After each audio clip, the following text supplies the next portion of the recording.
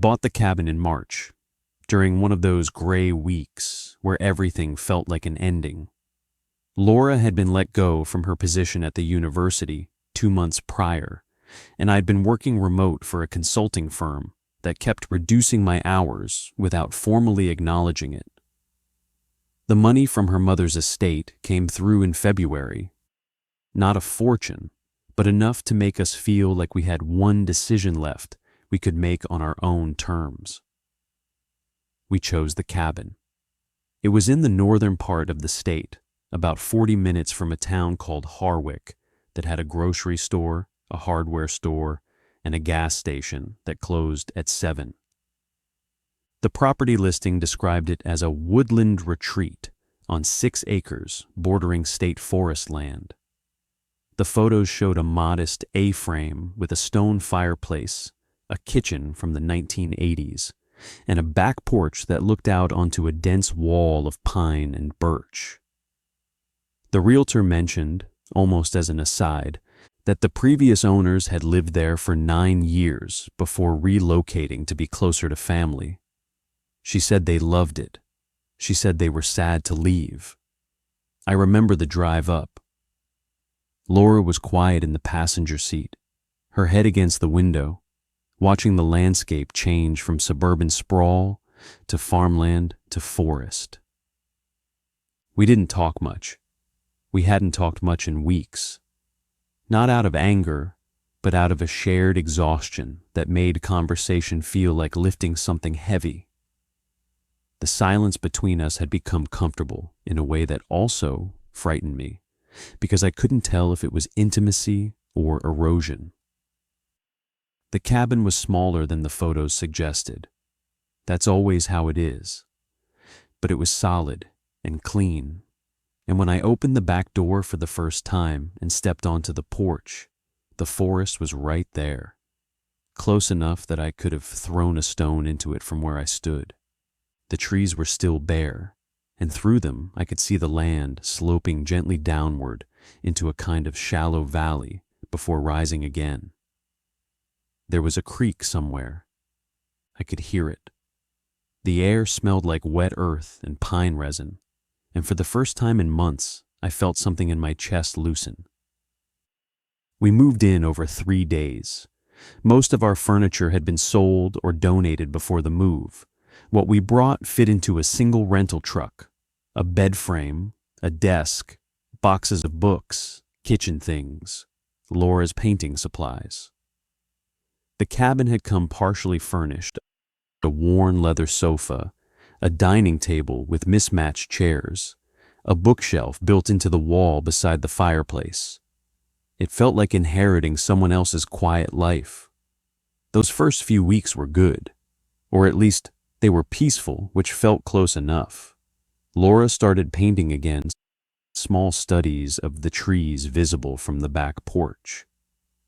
I set up my laptop at the dining table and did my reduced hours of consulting work, which mostly involved reviewing spreadsheets and writing emails that no one seemed to read. In the evenings, we cooked together or read or sat on the porch with coffee and listened to the forest. There were birds, dozens of species I couldn't name, and the creek and wind through branches, and occasionally the distant sound of something larger moving through the underbrush. Deer, probably. Maybe a fox. It rained for the first time on our 9th day there. A proper rainstorm.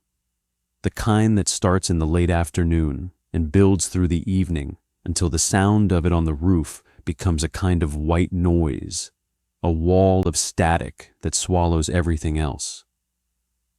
I remember lying in bed that night, listening to it, feeling Laura's breathing beside me, and thinking that this was right. That we had made the right choice. The rain stopped sometime before dawn. I woke around 6, which was early for me. The bedroom had that gray, waterlogged light that comes after a heavy rain, and everything felt muffled. I got up, made coffee, and took it out to the back porch.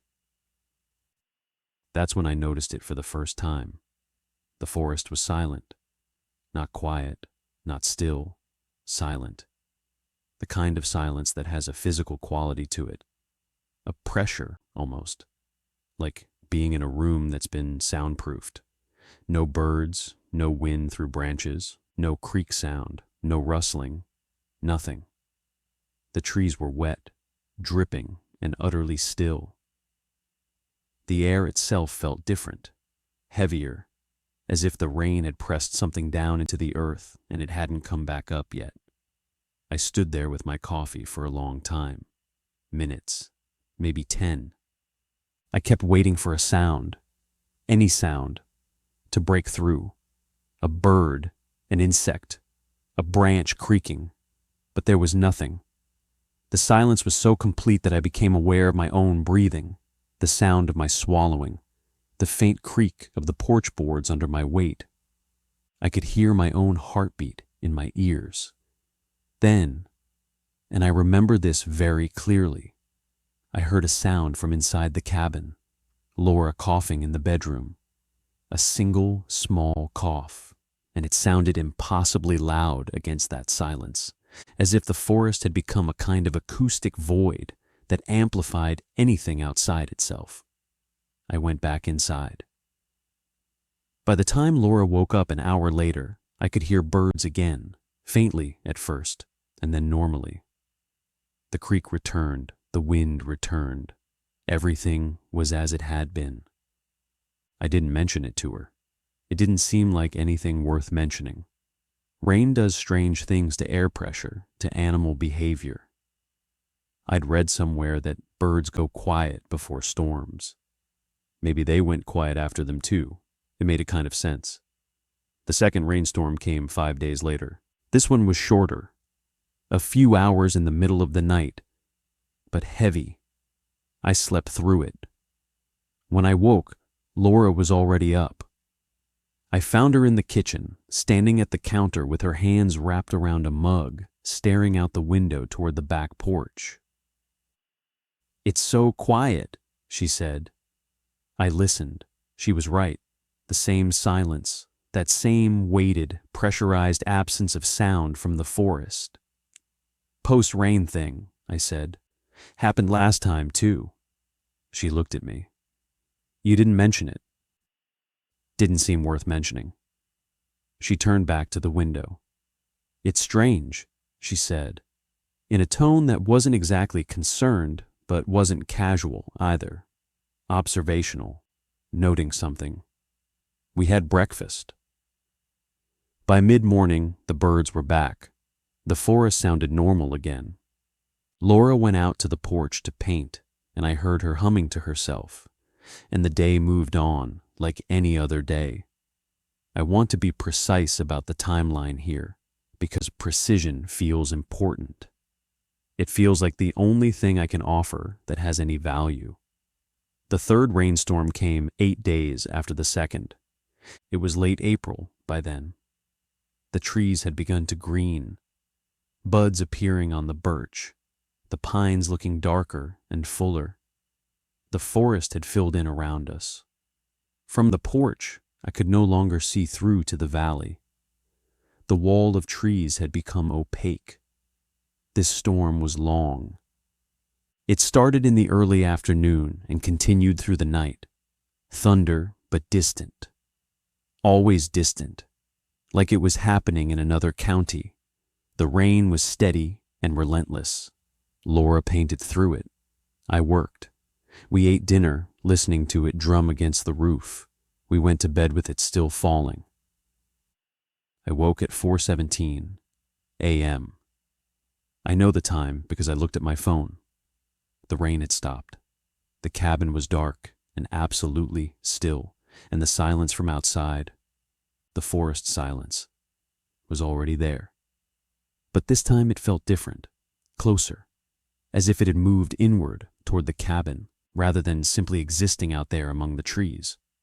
I lay in bed and listened to nothing. Laura was asleep beside me. I could hear her breathing, slow, even, undisturbed. But beyond that, nothing. No house-settling sounds, no wind, no dripping from the eaves. which there should have been. After a rainstorm like that, water drips from the eaves for hours. But there was nothing. I got up. I moved through the dark cabin to the back door. I didn't turn on any lights. I don't know why. It felt like turning on a light would have been wrong somehow, like it would have announced something. I opened the back door and stepped onto the porch in my bare feet. The silence was absolute, total. I stood there in the dark and I could not hear a single thing from the forest. No dripping, no settling, no nighttime insects, no owls, no distant creak. Nothing. And then I became aware of something else. A feeling, not a sound, a feeling. The feeling of being observed, not watched exactly, observed. The way you feel observed in a doctor's office when you're sitting on the table in a paper gown and someone is making notes. Clinical, detached, thorough. I went back inside. I locked the door. I went back to bed. I did not sleep. In the morning, the silence persisted longer than before. It was nearly noon before I heard the first bird. Laura noticed too. "It's lasting longer," she said. She was standing at the back window with her coffee, the same posture as before. Her voice was neutral, observational. "Yeah," I said. "Why do you think that is?" "I don't know. Maybe it depends on how much rain falls. Like, the more rain, the longer the quiet." She didn't respond to that. She just kept looking out the window at the trees. After a moment, she said, "I don't want to paint today." She didn't paint that day, or the next. She read. She reorganized the kitchen cabinets. She took a long bath. She seemed fine. She wasn't distressed or upset. But she didn't go out onto the porch. And I noticed that she didn't open the back door at all until the following morning, when the forest was back to normal, alive and noisy with spring. I started keeping a log, not officially, just notes on my phone, dates and times, when it rained, when the silence began, when it ended, how long it lasted. I told myself it was curiosity, scientific curiosity. I'd always been the kind of person who liked to understand systems, to find patterns. Laura used to say it was what made me good at consulting, the ability to see the structure underneath the noise. I applied that same instinct to the silence. Here is what I recorded over the next 6 weeks. April 27th. Rain from 2 p.m. to 11 p.m. Silence began approximately 11:30 p.m. Lasted until 10:15 a.m. the following morning. Duration? Roughly 11 hours. May 3rd. Rain from midnight to 6 a.m. Silence from approximately 6:30 a.m. to 3 p.m. Duration? Roughly 8.5 hours. May 11th. Rain from 4 p.m. to 4 a.m. 12 hours.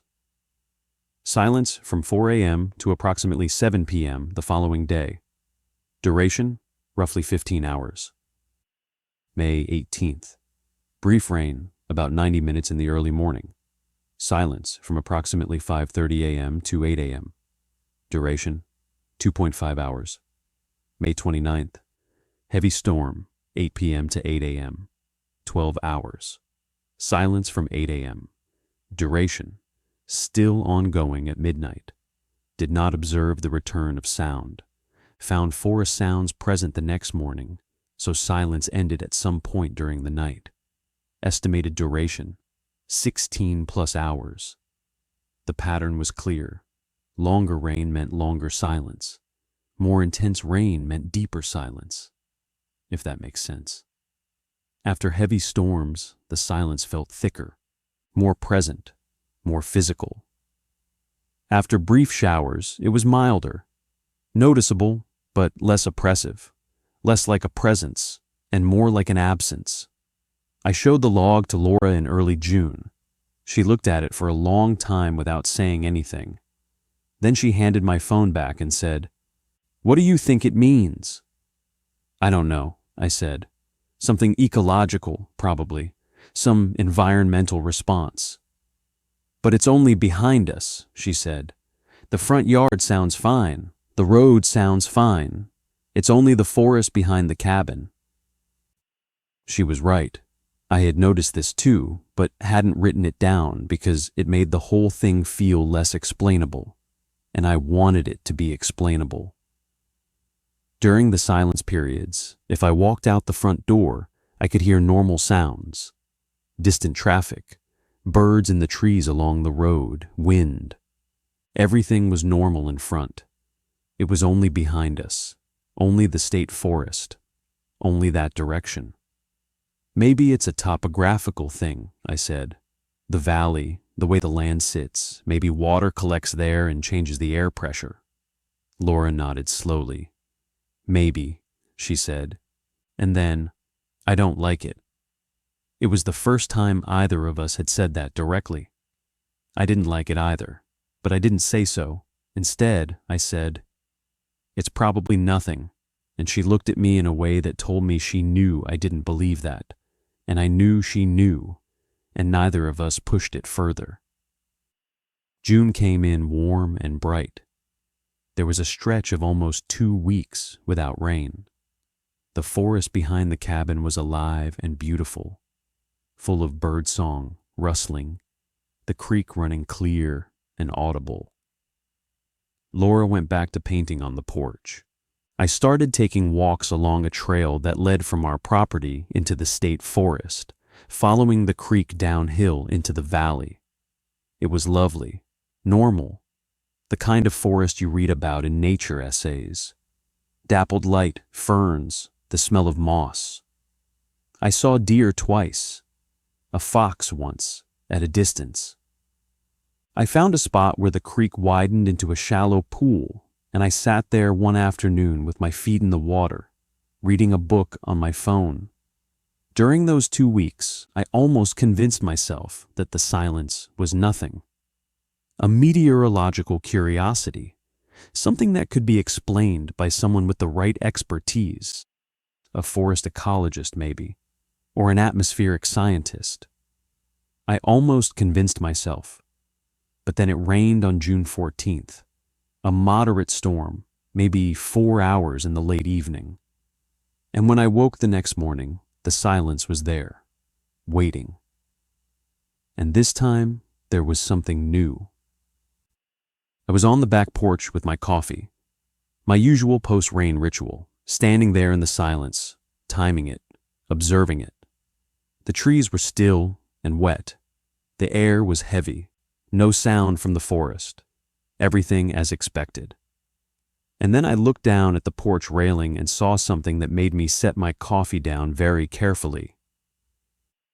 There were footprints on the steps, bare footprints, human-looking, in the thin layer of wet grime that accumulates on wooden steps after rain. They came up the steps from the direction of the forest, 3 steps up onto the porch, and then they stopped, right at the top of the steps, as if whoever, whatever, had climbed the steps and then stood there, at the threshold of the porch, facing the back door. I stared at them for a long time. They were clear, unmistakable. 2 feet side by side, toes pointing toward the cabin. Average size. Not large, not small. The impression in the grime was even, which meant whoever had stood there had stood still, not shifting their weight, not moving, just standing. I looked at the back door. It was closed, locked. I had locked it the night before. I'd been locking it every night since April, since the night I'd felt observed. The lock was undisturbed. Nothing about the cabin's interior was different. Nothing was missing. Nothing was moved. I didn't tell Laura. I got a paper towel and wiped the footprints away. I told myself it could have been anything. A neighbor, a hiker who got lost, someone from the road.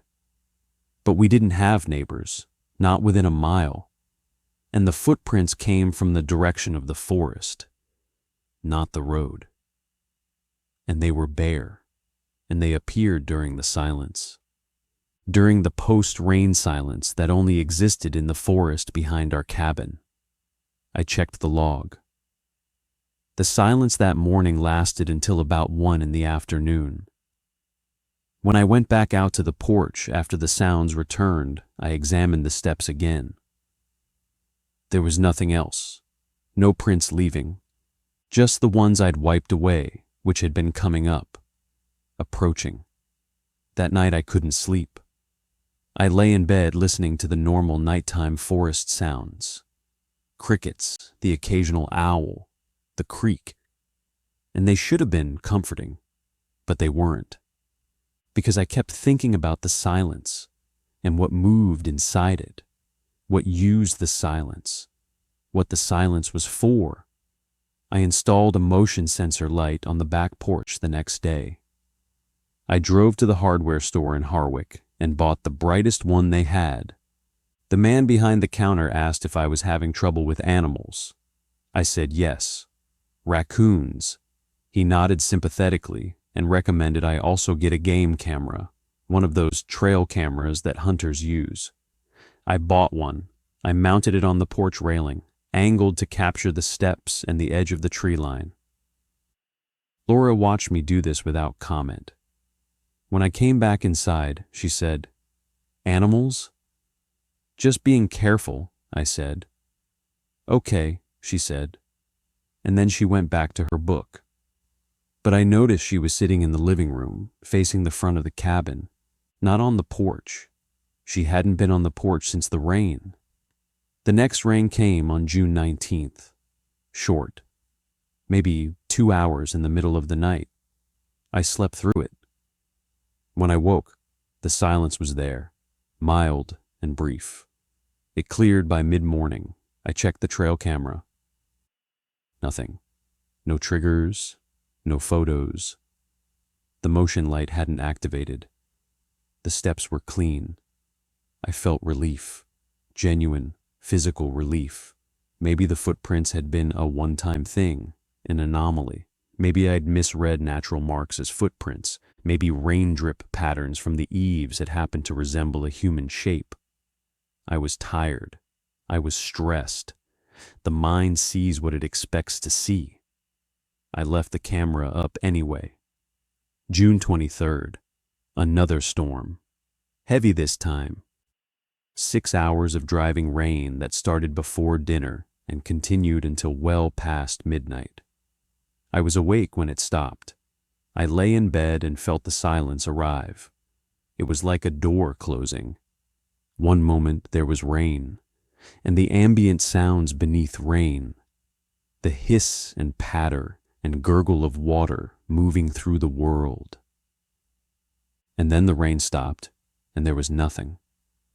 Not a gradual transition, not a fading, a cessation, as if someone had pressed a button. I lay there in the dark. Laura was asleep. The clock on my phone said 1:47 a.m. I listened to the silence and waited. At 2:11 a.m., the motion light activated. I saw the glow from the bedroom, a flash of bright white from the back of the cabin, visible through the gap at the bottom of the bedroom door. The light stayed on for its programmed duration, 30 seconds, and then went dark. I did not get up. I want to be honest about that. I did not get up. I lay in bed with my heart beating very fast, and I did not get up. I watched the bottom of the bedroom door, and I waited for the light to come on again. It didn't. Minutes passed. 5, 10, 20. The silence from the forest was enormous, a presence in itself, pressing against the walls of the cabin. At some point, I fell asleep. I don't know when. In the morning, I checked the trail camera. It had taken 3 photographs. They were time-stamped 2:11 a.m., 2:11 a.m., and 2:12 a.m. The camera's burst mode, taking multiple shots per trigger event. The first photo showed the top of the steps, empty. The motion light was on, illuminating the porch and the first few feet of the yard beyond. The second photo, taken less than a second later, showed something on the steps. A figure, but the camera's resolution. It was a cheap trail camera designed for deer at 30 feet, not detail at 6 feet. Made it difficult to see clearly.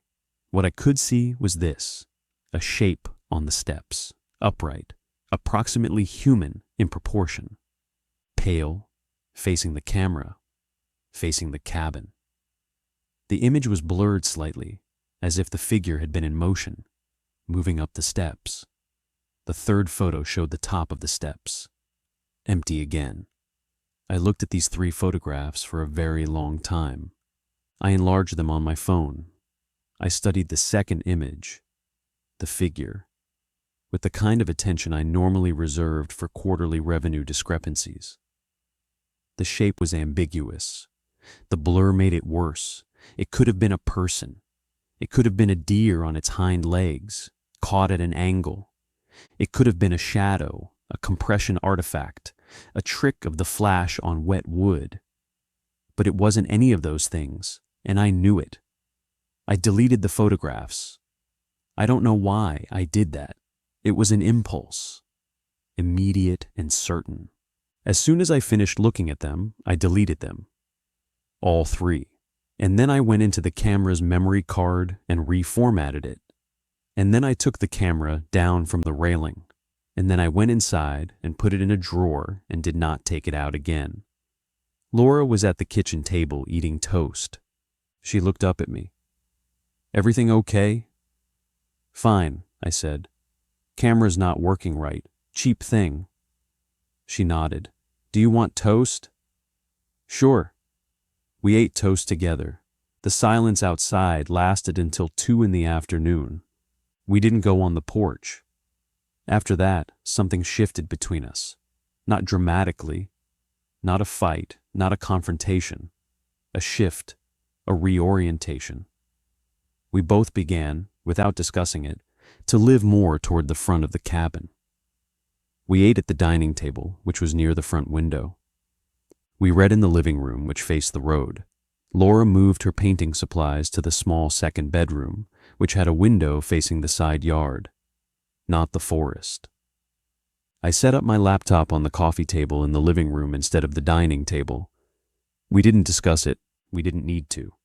We both understood, on some level beneath language, that the back of the cabin had become something we didn't want to face. But here is the thing about living in a cabin in the woods. You cannot avoid the woods. They're there. They're the reason you came. The trees are visible from every window, even the ones that face the road, because the road itself is carved through forest, and the property is surrounded. It's just that behind us, behind the cabin where the state forest began, was where the silence lived, where it happened, where whatever moved during it moved. July came. It rained more frequently. Short afternoon storms mostly, common for summer in that region, and with each one the silence returned. Brief after brief rains, but always there. Now always that same pressurized void, that same sense of the forest holding its breath, waiting. I stopped logging the silences, not because I had lost interest, but because tracking them felt like participating in something, like acknowledging a system I didn't want to be part of. If I documented it, if I measured it, analyzed it, noted its patterns, then I was engaging with it, and engaging with it felt dangerous in a way I couldn't articulate. Laura started sleeping later and later. She'd always been a morning person. Up with the light, coffee on the porch, watching the birds.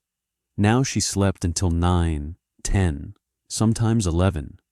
She wasn't depressed. Or if she was, it didn't look like depression. She was functional, alert, engaged when she was awake.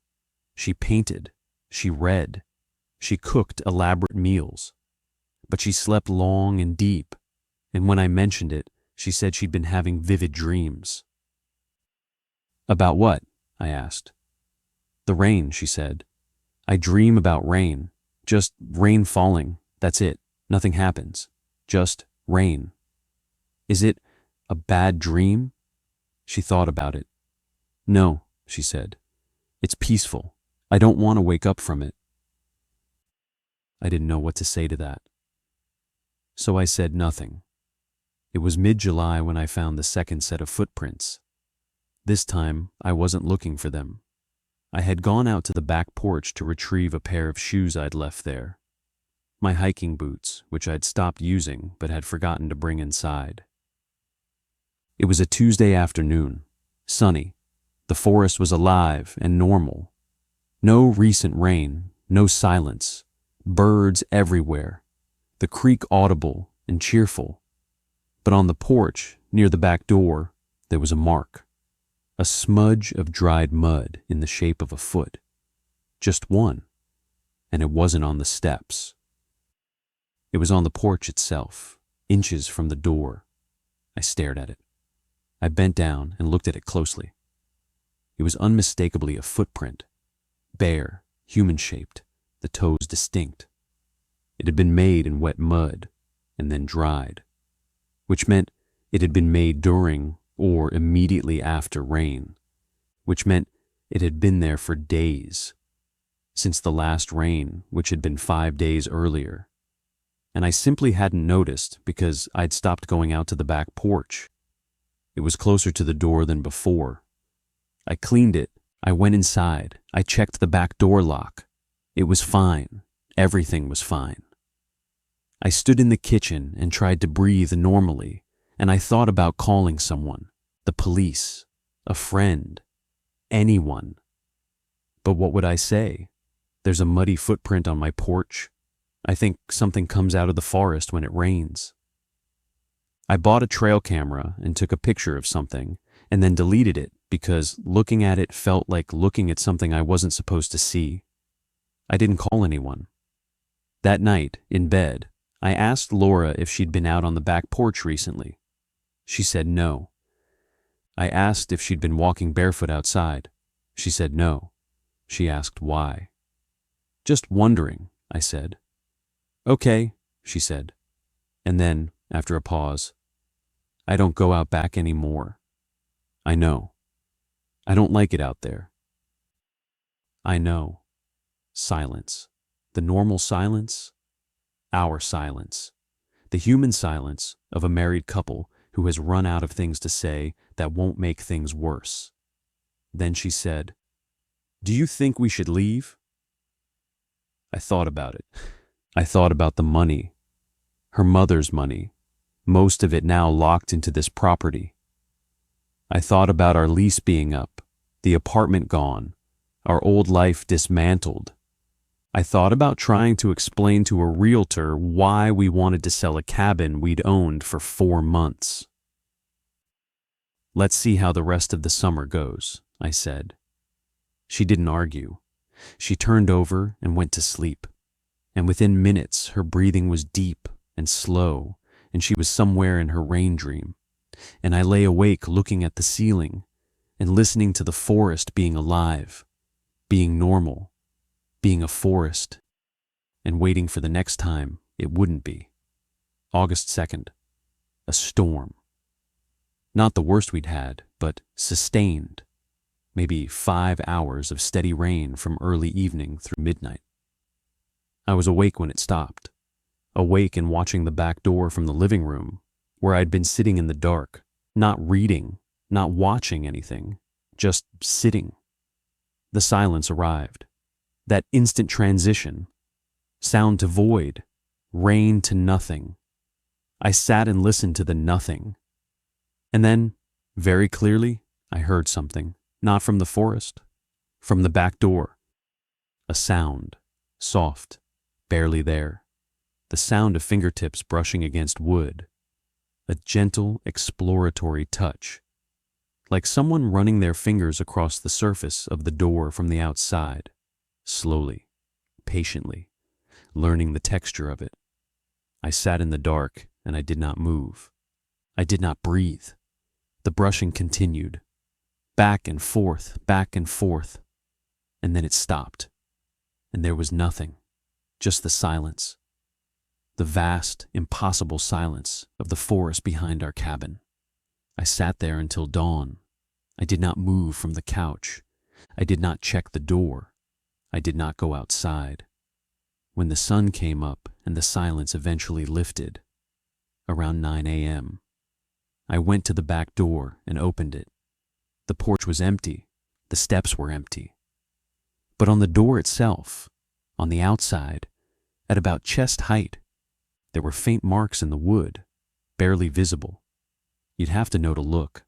Thin lines, vertical, parallel, where something had dragged across the grain. Not scratches, not damage, just marks. Like someone had been touching the door gently for a long time. Long enough to leave a trace. I closed the door. I locked it. I put a chair under the handle. The old desperate movie logic gesture of barricading a door. And then I sat at the kitchen table and I put my head in my hands and I tried to think clearly about what was happening. What I knew. Something came out of the forest during the post-rain silence. Something that left human-looking footprints. Something that approached the cabin. Something that was getting closer. First the bottom of the steps, then the top, then the porch, then the door itself. Something that touched the door. What I didn't know, everything else, what it was, what it wanted, why rain activated it, why the silence accompanied it, whether it was dangerous, whether it was even real. That last thought, whether it was even real, was the one I kept returning to. Because the alternative to it being real was that I was experiencing some kind of psychological break. And honestly, in that moment, sitting at the kitchen table with my head in my hands, I wasn't sure which possibility frightened me more. Laura came out of the bedroom around 10. She looked rested, calm. She made coffee and sat across from me and said, "Bad night?" "Couldn't sleep," I said. She looked at me with something that might have been concern or might have been recognition. "The rain," she said. "Yeah." I dreamed about it again, the rain dream, but this time there was something different. She paused, wrapping her hands around her mug. In the dream, the rain was falling inside the cabin, just falling from the ceiling like it was the most natural thing. And I was lying in bed and the rain was falling on me and I felt fine, better than fine. I felt like I was being held. I looked at her. Her face was serene, open.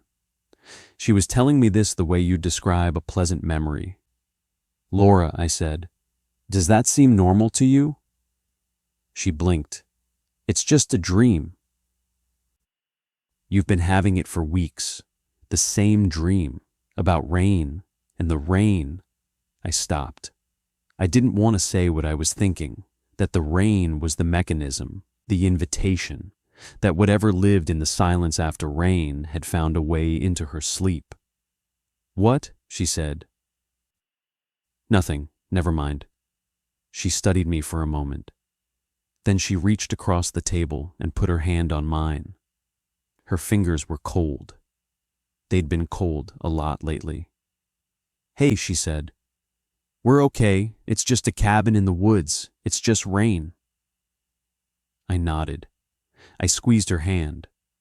But I was looking at her fingers, pale, cold. And I was thinking about the pale shape in the trail camera photograph. The blurred figure on the steps, pale, human-shaped, approaching. Mid-August. The rains came more frequently. Afternoon thunderstorms, evening showers, overnight deluges. Sometimes it rained every day for 3 or 4 days in a row. The silence became almost a constant presence, appearing, lifting for a few hours, then returning with the next rainfall. The forest behind us was alive for brief windows, and then dead again. Alive, dead, alive, dead, like a signal being interrupted. I stopped going onto the back porch entirely. I nailed the back door shut on August 14th. I told Laura it was because the frame was warped and the door wasn't sealing properly, letting in drafts, insects. She accepted this without question. I think she was relieved. But nailing the door shut didn't stop the sounds. They came every time now, every post-rain silence, the brushing against the door, gentle, patient, exploratory. Sometimes I heard what sounded like breathing, but that might have been my own. Sometimes I heard what sounded like a weight settling on the porch boards, the faint creak of wood bearing a load. And once, only once, I heard something that sounded like a voice, not words, not a word I could identify, just a vocalization, low, soft, almost tender. A sound of recognition, like someone seeing a loved one after a long absence. That sound, that soft, almost affectionate vocalization, terrified me more than anything else, because it implied intention, it implied emotion, it implied that whatever was on the other side of that door felt something about us, about our cabin, about its desire to enter. Laura slept through all of it, every time. She slept deep and undisturbed, and dreamed her rain dreams, and woke refreshed and calm. She was painting again, but different things now. Not the trees, not the forest, abstract work. Soft, blurred shapes in gray and white. Washes of color that looked like rain, like water, like something dissolving. I asked her about the paintings once, what they were, what she was trying to capture. "I don't know," she said, smiling. "They just feel right." I looked at the canvas she was working on. Gray and white, soft edges, a vague central form that was lighter than the rest, upright, almost human in proportion. Pale. "Laura," I said, "I think we need to leave." She looked at me. Her expression was patient, kind even. "Where would we go?" "Anywhere, back to the city, a motel, anywhere that isn't here."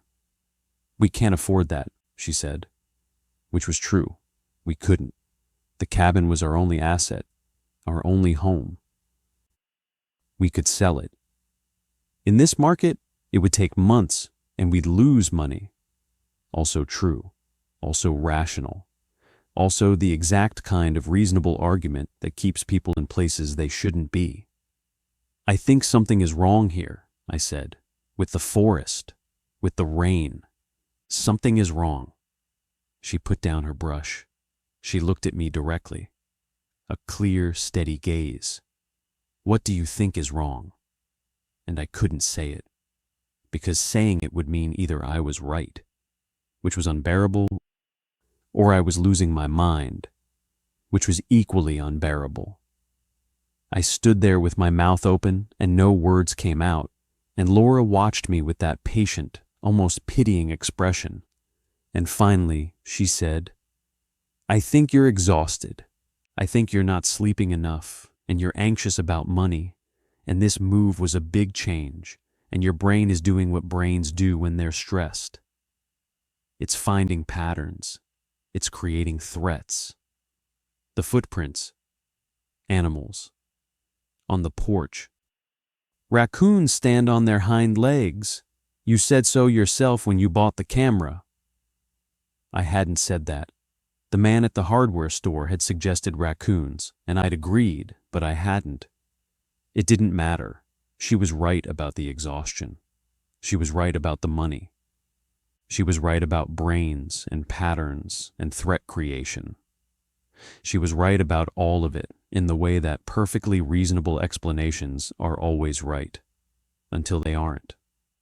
"Okay," I said. "Okay," she said.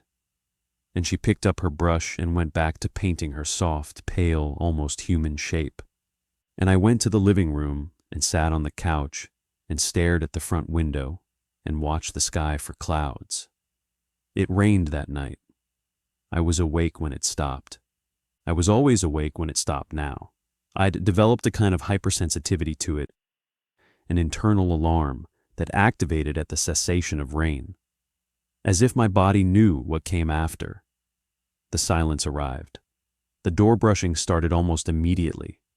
Quicker this time, less tentative, more familiar, as if whatever it was had learned the routine, understood the pattern.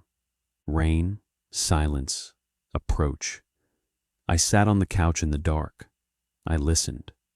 The brushing, the weight on the porch, the breathing, real or imagined, I couldn't tell anymore. And then, for the first time, I heard something else, something from inside the cabin, from the bedroom. Laura talking in her sleep. I couldn't make out words, just the murmur of her voice, low, rhythmic, almost conversational, as if she were speaking to someone, responding to someone. A dialogue of which I could only hear her half. I got up.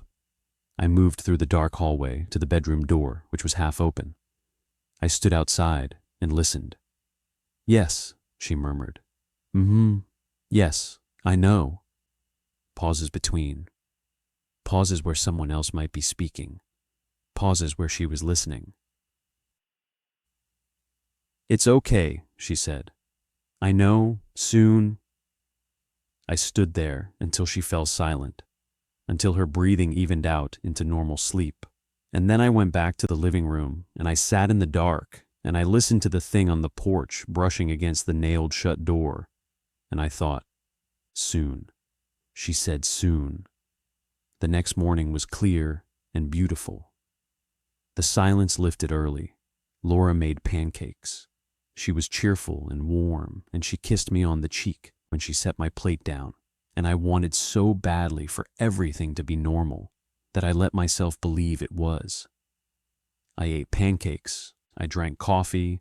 I sat on the front porch. The front porch, facing the road, facing the normal world, and I felt the sun on my face and I breathed. That afternoon, I called my sister in Portland. We talked for an hour. I didn't mention the silence or the footprints or the trail camera or the door. I talked about the cabin, about the woods, about Laura painting again.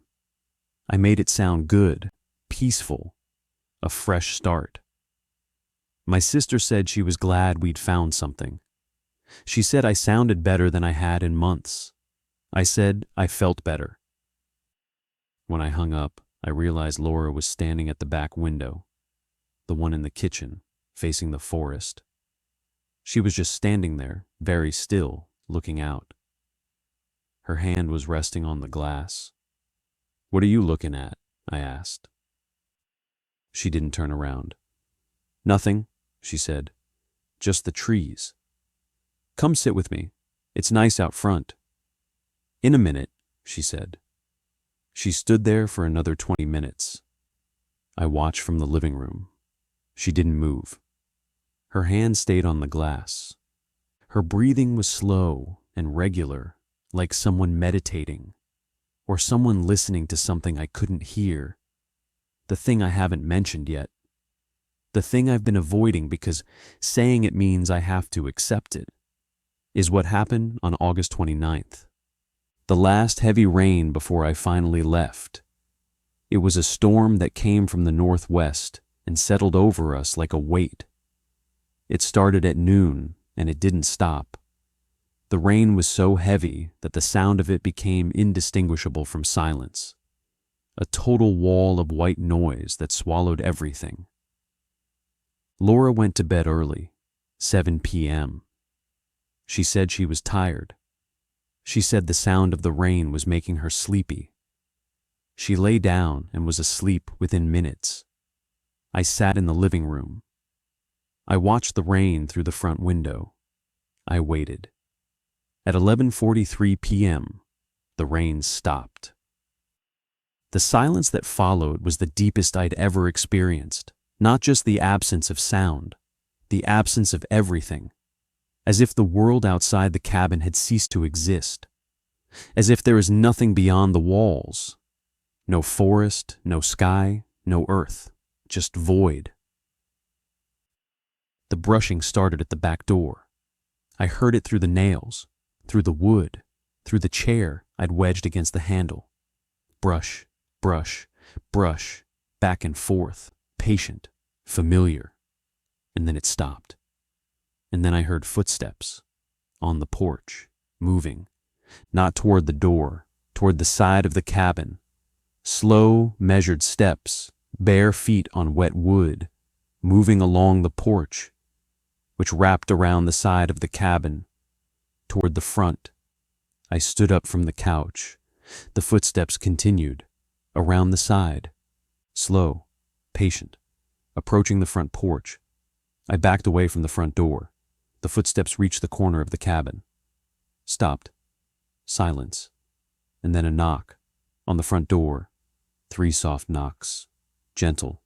Almost polite. I did not answer. I stood in the middle of the living room, and I stared at the front door, and I did not move, and I did not breathe, and I waited. Silence. Then, from the bedroom, Laura's voice. Clear. Not sleep-muddled. Not dreaming. "Are you going to get that?" I turned toward the bedroom door. It was dark. I couldn't see her. But her voice had been clear. Awake. Aware. "Get what?" I whispered. "The door," she said. "Someone's at the door." "Laura, don't." "It's okay," she said. Her voice was calm, gentle, the way you'd speak to a frightened child. "It's been waiting so long. It's okay to let it in." I didn't move. I didn't speak. I stood in the dark, and I listened to my wife telling me to open the door for something that had come out of the silent forest. And I knew with a certainty that exists beneath thought, beneath logic, in the animal core of the brain, that if I opened that door, nothing would ever be the same. The knocking came again. 3 knocks, same cadence, same gentle patience. "Laura," I said, "we're leaving, right now. Get up, get dressed. We're leaving." Nothing from the bedroom. "Laura." Nothing. I moved to the bedroom door. I pushed it open. The room was dark, but I could see her shape in the bed. She was lying on her back, her arms at her sides, her eyes open, staring at the ceiling. "Laura, please, we have to go." "It's just the rain," she said, to the ceiling. "Everything is fine after rain." "Laura, I don't want to go," she said, still calm, still gentle. "This is our home. This is where we're supposed to be." The knocking came a 3rd time, and I swear on everything, that when it knocked, Laura smiled. A small, peaceful smile. The smile of someone hearing a familiar voice. The smile of recognition. I left. I want to be precise about this. I left the bedroom. I grabbed my keys and my wallet from the kitchen counter. I went out the front door, past whatever had been knocking, though I saw nothing. Nothing was there. The porch was empty. And I got in the car and I drove. I drove down the dark road, through the trees, away from the cabin. I drove for 2 hours to a motel on the highway near Harwick. I checked in at 2 a.m. I sat on the thin motel bed under the fluorescent light, and I shook. I called Laura's phone at 3 a.m. No answer. I called again at 4, at 5, at 6, no answer. At 7 a.m. I drove back. The sun was up, the sky was clear, the forest was alive and normal. Birds singing, wind in the trees, the creek babbling. Beautiful, whole. Laura was on the back porch. She was sitting in one of the wooden chairs, wearing her robe, holding a cup of coffee. Her bare feet were uppy on the railing. She looked rested and peaceful and completely, entirely normal. "There you are," she said when I came around the side of the cabin. I woke up and you were gone. I was worried. I stared at her, at her bare feet, at the porch, at the forest behind her, green, alive, rustling with birds. I called you, I said, 6 times. She frowned. My phone was dead. I forgot to charge it. She looked at me. Hey, what's wrong? You look terrible. Laura, last night. Don't you remember last night? Last night? She thought about it. I went to bed early. The rain put me to sleep. That's it. What happened? I looked at her. I looked for something wrong, something different, some sign. But she was Laura. She was my wife. She was sitting on the porch drinking coffee the way she'd done every morning those first few weeks, when everything was good, when the cabin felt like salvation. Nothing, I said. Bad dream. She smiled sympathetically. Come sit with me. It's such a beautiful morning. I sat. I sat with her on the back porch, and I looked at the forest, and I drank coffee, and the birds sang, and everything was normal. Everything was fine. But something was different. I couldn't identify it at first. It was too subtle, too peripheral, like trying to see a faint star by looking directly at it. But over the course of that morning, sitting with Laura, I began to notice things, small things. The way she held her coffee mug, both hands wrapped around it, absorbing the heat. She'd always held it by the handle before, one hand. That was her way. Now it was both hands. The way she sat in the chair, upright, still, her feet flat on the porch floor. Laura was a fidgeter. She curled her legs under her, shifted, tucked her feet up. She didn't sit still. But she was sitting still now. Perfectly, absolutely still. The way she looked at the trees. Not through the trees, the way you look at a landscape. Taking it in, scanning, unfocused. She was looking at specific trees. Her eyes moved from trunk to trunk with precision, as if counting, or recognizing. Laura, I said. Do you feel different? She turned to me. Her smile was warm. I feel wonderful, she said. I slept so well. I don't think I've ever slept that well. Do you want to go somewhere today? Drive into town? Not really, she said. I'd rather stay here. It's so peaceful. She turned back to the trees. Her eyes moved among them, counting, recognizing. I stayed for 3 more days. I don't know why. Fear of what leaving would mean. Fear of abandoning my wife to something I couldn't name or fight. Fear that I was wrong. That she was fine. That I was the one losing my grip. That the exhaustion and isolation had broken something in me that made me see threats in stillness and malice in rain. But in those 3 days, I observed, the way I'd observed the silence, precisely, carefully, Laura did not leave the cabin. She didn't want to go into town, didn't want to take a walk, didn't want to drive anywhere. She was content, genuinely content, radiantly content to be in the cabin, especially on the back porch. She spent hours there, painting, reading, just sitting, looking at the forest. She ate less, not dramatically.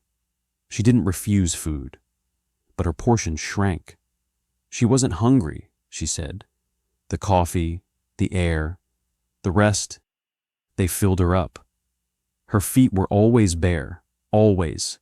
Even when I suggested she put on shoes, she smiled and said she was comfortable. And the paintings.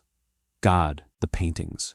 She worked constantly, small canvas after small canvas, filling them with those soft gray washes. But the shapes inside them had changed. They were clearer now, more defined. The pale central form was unmistakably a figure, upright, human proportioned, standing among vertical lines that were clearly trees. And the figure was not alone. In her newer paintings, there was a second shape, smaller, beside the first. The same soft gray, the same blurred edges, but distinctly a second form, standing at the edge of the trees, facing outward, facing the viewer, facing the cabin. I left on September 1st. I told Laura I needed to go to the city for work, a meeting, a client thing, a requirement. She accepted this easily. She kissed me goodbye at the front door and said she'd be fine. She'd paint, she'd read, she'd enjoy the quiet. "Call me tonight," I said. "Of course," she said. She didn't call. I called her at 9 p.m. and she didn't answer. I called at 10, at 11. I called the next morning. Nothing. I drove back on September 2nd. When I arrived, the cabin was empty. Laura's things were there. Her clothes, her books, her painting supplies. Her phone was on the kitchen counter, dead. Her shoes were by the front door. All of them. Every pair. The back door, the one I'd nailed shut, was open. The nails were on the floor, pulled cleanly from the frame. The chair was pushed aside. The door stood open, swinging slightly in the breeze, and beyond it, the back porch, and beyond that, the forest. I stood at the threshold. The forest was alive. Birds, wind, the creek, everything normal. Green and full and beautiful. The late summer light came through the canopy in golden shafts. It was the kind of scene you'd photograph for a real estate listing. A woodland retreat. I called her name, once, twice. My voice went into the trees and didn't come back, not an echo, just absorption, like the forest swallowed it. I walked to the top of the steps. I looked down at the porch boards, at the steps, at the ground below. And there, in the soft earth at the base of the steps, I could see footprints, bare, 2 sets walking side by side, leading into the trees. They went about 20 feet, and then the ground became needle-covered, and the prints disappeared, and there was nothing else to follow. I should have gone after her. I should have walked into those trees and followed whatever trail existed and called her name until I found her, or found something. But I stood at the top of the steps, and I looked into the forest, and I felt it. The feeling from that first morning in April, the feeling of being observed. And I knew with absolute certainty that if I walked into those trees, I would not walk back out. I called the police from the front porch. They came. They searched. They searched for 4 days. Dogs, volunteers, a helicopter on the second day. They found nothing, no trace of her beyond those initial prints. The official report said she likely went for a walk and became disoriented. Lost hikers, they said. It happens, especially in that kind of terrain. Dense, uniform, easy to lose direction. They'd keep looking. They'd update me. They were sorry. They didn't find her. They never found her. I sold the cabin in October. Took a loss. The realtor, the same one who'd sold it to us, said she was sorry about my wife. She said the previous owners had loved the place. She said they'd been sad to leave. I asked her why they left. She said they wanted to be closer to family. Was it just the 2 of them? I asked. The previous owners.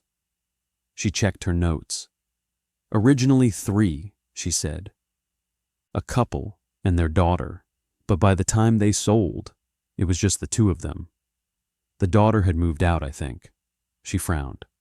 Or, actually, I don't remember the details. It was a while ago.